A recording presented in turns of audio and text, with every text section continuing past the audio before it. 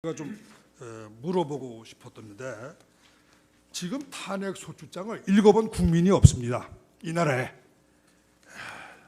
제가 이 탄핵 소추장 구하려고 애를 무지장 썼어요. 제가 어느 의원들에게 물어봤더니 자기도 못 봤대요. 소추장을 국회의원들한테 배부를 안 했다는 겁니다. 그리고 피청구인 대통령한테는 물론 없었죠. 사전에. 그러니까 반론할 기회가 없는 거죠. 근데 일반 국민들한테도 보통 기소장을 쓰고 이럴 때는 뭐 영장 청구할 때도 불러다가 물어봅니다. 이거 억울합니까? 맞습니까? 그런데 어떻게 해서 대통령을 소추한다 그러면서 뭐로 소추하는지 내용도 안 가르쳐주고 소추하는 법이 세상에 어디 있습니까? 이거 정말 북한에서나 있을 수 있는 정치 탄압입니다. 제가 이 밖에도 여러 가지 절차 위반 사항을 37가지를 제가 지적을 하고 있는데 이 37가지에 대해서는 여기서 일일이 다 읽을 수도 없고 그래서 서면으로 제가 다 여기 써 있으니까 권성동 소추위 대표께서 반드시 그 점에 대해서 답변을 해 주시기를 부탁드립니다. 그 다음에 헌법재판소 구성의 위헌성에 대해서 제가 한 말씀 드리겠습니다. 우리나라 헌법재판소는요, 헌법상 정원이 9명의 재판관이에요. 그런데 이 9명은 어떻게 구성을 하냐 하면 대통령 지명이 3분, 국회에서 지명하는 게 3분, 대법원 지명이 3분입니다. 이렇게 구성하는 거예요. 왜 그렇게 구성하라고 헌법에 규정했냐 하면은 헌법재판소라는 게 행정과 입법과 사법 이 3권의 위에서 3권의 싸움을 조종하는 그러한 그 특수한 기능을 가지기 때문에 헌법재판소는 이렇게 구성 방법이 아주 다른 거예요. 다른 기관들하고는 아주 틀린 겁니다. 이것은 동시에 무엇을 의미하냐 하면은 재판관 9명이 전원이 판결에 참여해야 한다는 의미를 내포하고 있습니다. 만일에 안 그러면 어느 쪽, 국회나 대통령이나 또는 법원 쪽에 대표자가 빠졌다. 그러면 그만큼 그쪽의 의견이 충분히 반영되지 않기 때문입니다. 그래서 9명이 반드시 판결에 참여해야 되고 만일에 1명이 또는 2명이 결의해서 8인이나 7인으로 이렇게 됐다 그러면 이것은 공정한 재판을 받을 권리를 침해하는 거다.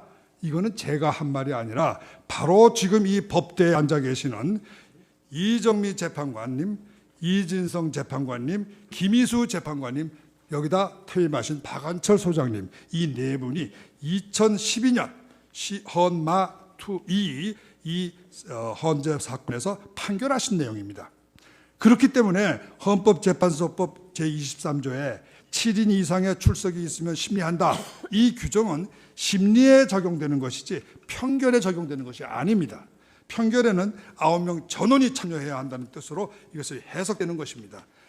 이것은 물론 제 혼자의 의견이 아니라 2016년 2월 13일자 법률신문에 게재된 강혜룡 변호사님의 논문이 있습니다. 만일에 결혼이 생기면 즉시 임명권자에게 후임자의 충원을 요청해서 충원을 기다려서 판결을 해야 한다. 이거는 2017년 2월 9일자 법조의견서에서 원로 법조인들이 발표한 의견입니다. 쉽게 말해서 이 사건 대통령 탄핵 심판은요 100년에 한 번 나올까 말까 하는 그런 중요한 사건이기 때문에 9명 헌법재판관 전원의 이름으로 판결이 선고돼야 됩니다. 만일에 8명 또는 7명 이렇게 선고되면 헌법상에 하자 있는 결정이 돼요. 그렇기 때문에 이거는 생각해 보세요. 이렇게 판결을 해서 내리면 찬성이든 반대든 쪽에서 이 하자를 딱 끄집어내 가지고 재판 무효다 이렇게 주장할 게 뻔한 거 아닙니까? 그러면 우리나라 어떻게 되겠습니까? 지금 한번 생각해 보세요. 정말 우리나라 잘못하면 내란 상태로 들어갑니다. 이런 불행은 정말 없애야 돼요. 그리고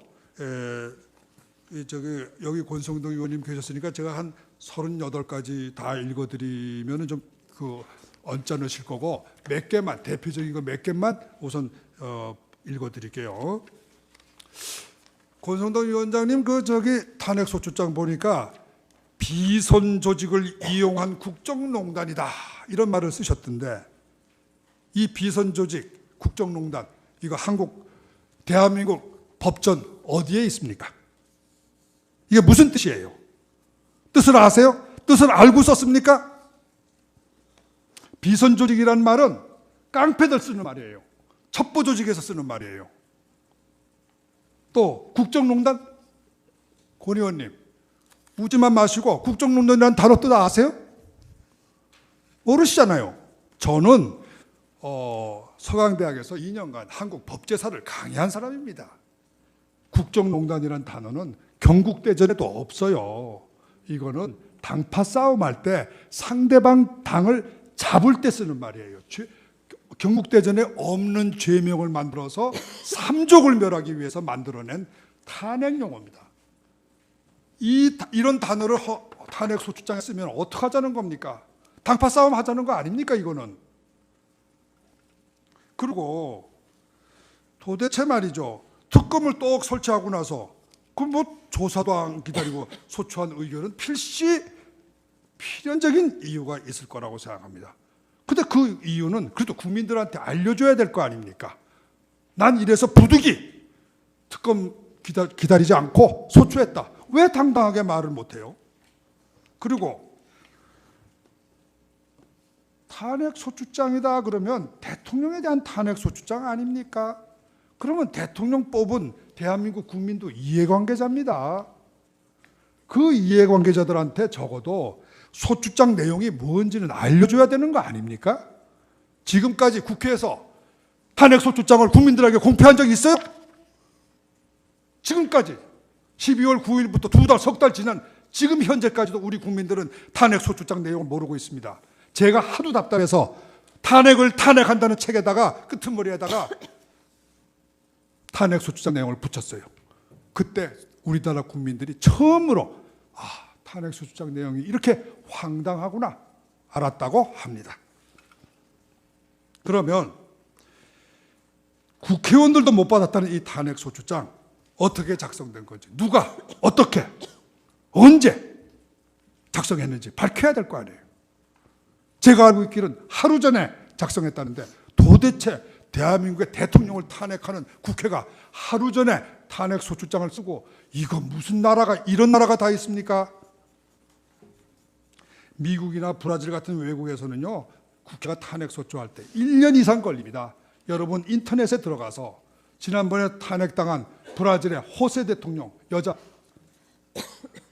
대통령, 그 월드컵 치르다가 쫓겨난 사람, 그 어떻게 탄핵 소추하는데 얼마나 시간이 걸렸는지 한번 인터넷으로 한번 검색해 보세요. 그리고 도대체 이런 중요한 의원을 갖다 이렇게 투표하려고 그러는데, 야당 의원들은 의원 사직, 총사직서를 간부들한테 내고 투표장에 들어가요. 여러분, 국회의원들이 이건 무슨 야구자들입니까? 이건 말이죠, 서약서 아닙니까? 내가 이 서약서대로 투표 안 하면 나 잘라도 좋다, 그 다음 공천 안 줘도 좋다, 이런 뜻 아닙니까? 이거 무슨 뜻입니까? 제가 이거는 권성동 의원님하고 관련이 없기 때문에 야당 대표에게 제가 질문하고자 합니다. 증인 신청을 하고자 합니다. 그리고 나머지는 제가 여기 다 써 있으니까 읽어보실 줄로 기대합니다. 끝으로 이 세월호 사건 이야기 좀 해봐야 되겠어요. 이 세월호 사건의 행적에 대해서 대통령한테 왜 물어봤는데 왜 답변 안 하냐, 이게 탄핵 사유예요. 자, 세월호의 피해자를 구조해야 될 책임이 물론요 여러 가지 법적으로야 선장한테 있고 정치적으로야 대통령한테 있겠죠. 그러나 대통령 한 사람한테 있습니까? 국회의원들은 놀고 술 먹고 다녀도 괜찮은 거예요? 대통령은 머리도 깎지 말고, 대통령은 조신해서 무슨 밥도 먹지 말고, 국회의원들은 술 먹고 해도 괜찮은 거예요? 그러면 안 되는 거죠. 국정에 대한 책임은 대통령 1인한테 있지 않습니다. 국회의원들도 있는 거예요. 그러면 자, 탄핵 소추하는 사람들은 최소한 도덕적 의무가 있습니다.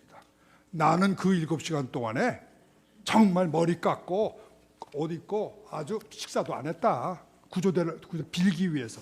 아니면 내가 그 구조 현장에 뛰어가서 이렇게 구조했다. 써내야 될 거 아니에요. 나는 다 했는데 대통령은 뭐 하십니까? 이렇게 물어야 우리가 볼 때 여러분 성경에도 있잖아요. 여기 중에서 죄 없는 자가 돌을 던지라고. 자기네들은 그 7시간 동안에 술을 먹었는지 무슨 짓을 했는지 우리가 어떻게 압니까? 그걸 다 입 다물고 감춰놓고 대통령 한 사람한테만, 더군다나 여자 대통령 보고 그동안에 어디 계셨어? 10분 단위로 보고해. 이거 말이 되겠어요? 이거 정말 세상 사람들이 알면 웃기는 거예요. 웃기는 거. 제가 참 죄송합니다. 뭐 이렇게 하도 이 사건이 좀 그렇다 보니까 조금 소리가 높아졌는데 되도록 침착하게 하겠습니다. 제가 죄송하지만 뭐 이 사건의 역사적인 의미 때문에 부득이 재판관님의 그것을 어떤 개인적인 비난한다든가 이런 뜻은 전혀 없습니다. 다만 재판의 문제, 법적인 문제점에 대해서는 부득이 이것이 누구의 처분인지를 밝혀야 되기 때문에 이름을 좀 거명을 해서 그 법적인 문제점을 다투고자 합니다. 강일원 재판관님께서 말이죠, 한 거에 대해서 조금 제가 이의가 있어요.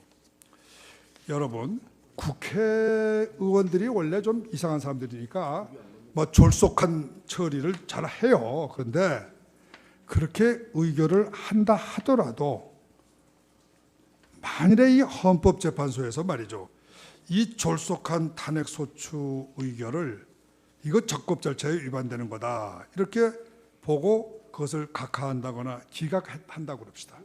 그러면 국회가 졸속으로 국회 소추를 하겠습니까? 나중에 심판을 받는다면 안 할 거라고 저는 봅니다. 그런데 지금 강일원 재판관님은 이 사건의 주심 재판관이신데 이 준비 절차 기일에서 뭐라고 그러셨는지 읽어 기록을 보니까 쟁점 정리를 한다 이래가지고 2004년 노무현 대통령 탄핵 사건 재판에서 국회 의결 절차는 국회의 자율권 행사라고 이미 판단을 했으니까 헌법재판소에서는 재판하지 않겠다.